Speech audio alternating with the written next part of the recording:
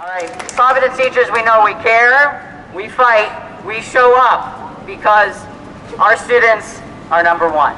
Yes! Yes! Michelle Manning from Times 2 is going to speak now as well.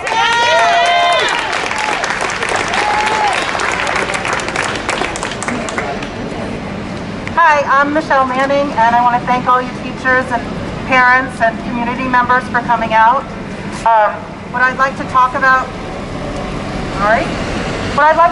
is the HVAC system that also has to do with this school checklist.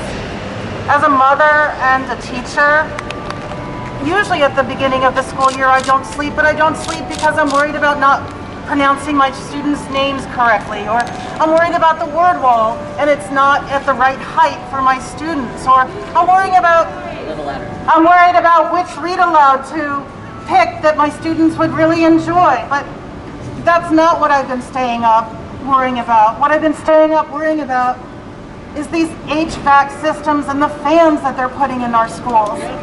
My girlfriend's child goes to a different school, not in Providence, but not in part of the Providence public school system. And she's sleeping really well. She's sleeping really well because they did update her HVAC system.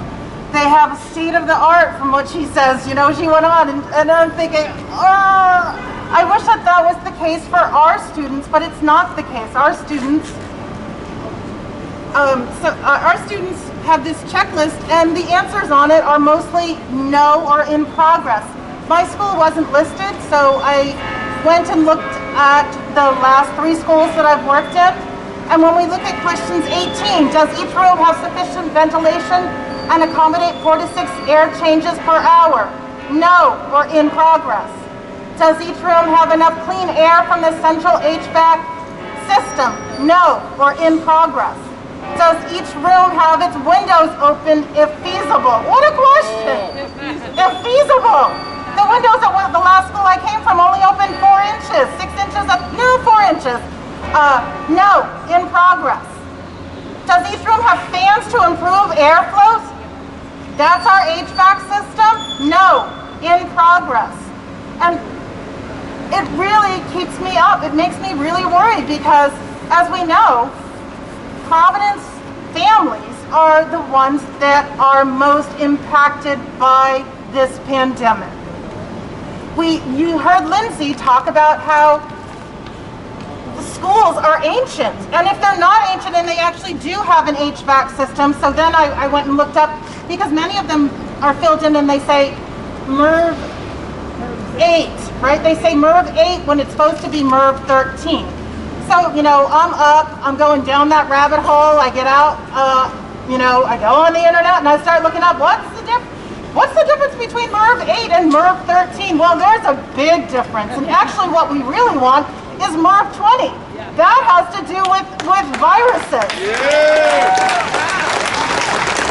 MERV 8 is on a good day when you're in your classroom and you're trying to get rid of the dust and the dust and the rug smells and things like that. MERV 13 is a step up above that. It's better because it does change the air quality faster, but we've got no progress or no. And so I want to know, you know, Gina, our governor, is that right? Is it right for some students in Providence to have the state-of-the-art systems and for some of us to have a fan in one window that's blowing in soot and dirt from the street? That's the airflow?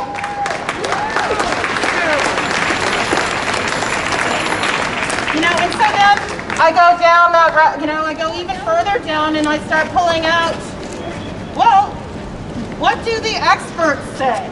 Buildings that are managed poorly can be quite effective at being vectors for disease by concentrating indoor pollutants, but they can also help if they are managed properly.